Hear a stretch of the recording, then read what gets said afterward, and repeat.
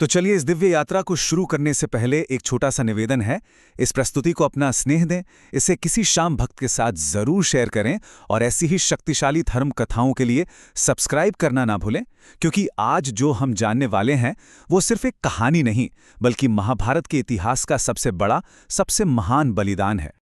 महाभारत के उस युग में जब धर्म और अधर्म आमने सामने खड़े थे, एक ऐसा योद्धा था जिसके पास इतनी शक्ति थी कि वो चाहे तो पूरे युद्ध को बस 1 मिनट में खत्म कर सकता था। लेकिन उसने कभी युद्ध किया ही नहीं। वो बस देखता रहा, वो साक्षी बना और उसने धर्म की रक्षा के लिए अपने शीश का बलिदान दे दिया। आज दुनिया उन्हें खाटू श्याम जी के नाम से जानती है, हारे हुओं के देवता। जैसा कि कहते हैं, हारे का सहारा श्याम हमारा। तो चलिए सबसे पहले ये समझते हैं कि आखिर ये महान योद्धा थे कौन। इनका नाम था बर्बरीक। वो भीम के पौत्र थे और घटोत्कच के पुत्र। बर्बरीक के वंश में ही नहीं, उनकी आत्मा में भी शक्ति थी, क्योंकि उन्हें स्वयं महादेव का आशीर्वाद प्राप्त था। उन्होंने कठोर तपस्या की और भगवान शिव ने प्रसन्न होकर उन्हें 3 ऐसे दिव्य बाण दिए। एक ऐसी अमोघ शक्ति जो इतनी अचूक थी कि वो दुनिया की किसी भी सेना को पलक झपकते ही नष्ट कर सकती थी। लेकिन देखिए, इतनी बड़ी शक्ति एक बहुत ही कोमल प्रण से बधी हुई थी। उन्होंने अपनी मां को वचन दिया था कि वो हमेशा किसी भी संघर्ष में कमजोर और हारते हुए पक्ष का ही साथ देंगे। सोचिए, ये करुणा का प्रण था, ये धर्म का प्रण था, और यही वो प्रण था जो पूरी नियति को बदलने वाला था। अब जैसे ही बर्बरीक कुरुक्षेत्र के मैदान की ओर निकले, भगवान कृष्ण, जो सब जानते थे, समझ गए कि ये प्रण धर्म युद्ध के लिए कितना बड़ा खतरा बन सकता है। इसलिए उन्होंने हस्तक्षेप करने का निर्णय लिया। वो एक ब्राह्मण का वेश धरकर बर्बरीक के रास्ते में आ गए। उन्होंने बर्बरीक से पूछा, ये बताओ, इस युद्ध को जीतेगा कौन? बर्बरीक ने बड़े ही शांत भाव से जवाब दिया, जिसका मैं समर्थन करूंगा वही जीतेगा।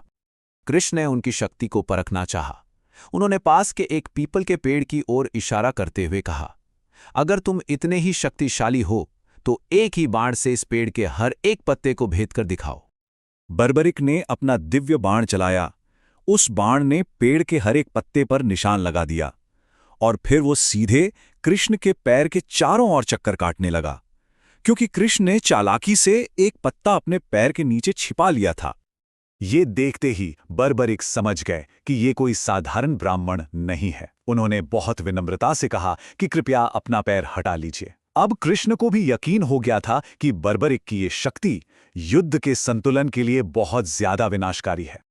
और यहीं से कहानी उस मोड़ पर पहुंचती है जहां कृष्ण ने धर्म के संतुलन को बनाए रखने के लिए एक ऐसी कीमत मांगी जिसकी कोई कल्पना भी नहीं कर सकता।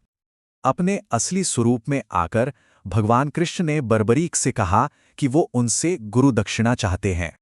बर्बरीक ने तुरंत अपना सिर झुकाया और कहा, आप जो भी मांगेंगे वो आपको मिलेगा। तब कृष्ण ने वो मांगा जो सबसे कठिन था। उन्होंने कहा, मुझे तुम्हारा शीश चाहिए। एक पल की भी हिचकिचाहट के बिना बर्बरीक ने अपना शीश काटकर अर्पित कर दिया। वो शीश का दान देकर ही श्याम बने। इस सर्वोच्च बलिदान से प्रसन्न होकर कृष्ण ने उन्हें वरदान दिया, तुम कलयुग में मेरे ही नाम श्याम से पूजे जाओगे। पर जाने से पहले बर्बरीक की एक आखिरी इच्छा थी। वो महाभारत का वो युद्ध देखना चाहते थे जिसमें वो लड़ नहीं सके। कृष्ण ने उनकी इच्छा का सम्मान किया और उनके जीवित शीश को पास की एक ऊंची पहाड़ी पर रख दिया, जहां से वो पूरे महाभारत युद्ध के साक्षी बन सके। और जब 18 दिन बाद युद्ध समाप्त हुआ तो विजयी पांडवों ने बर्बरीक से पूछा कि सच में ये युद्ध जीता कौन? तब उस दिव्य शीश ने जो जवाब दिया वो इतिहास बन गया। उन्होंने कहा, मैंने तो हर तरफ सिर्फ कृष्ण को ही देखा। हर बाण पर उनका सुदर्शन था, हर निर्णय में उनकी इच्छा थी, हर परिणाम में उनका धर्म था। युद्ध के बाद उस पवित्र शीश को धरती में समाहित कर दिया गया और फिर सदियां बीत गईं। कृष्ण के वरदान को पूरा करने का समय आ गया था।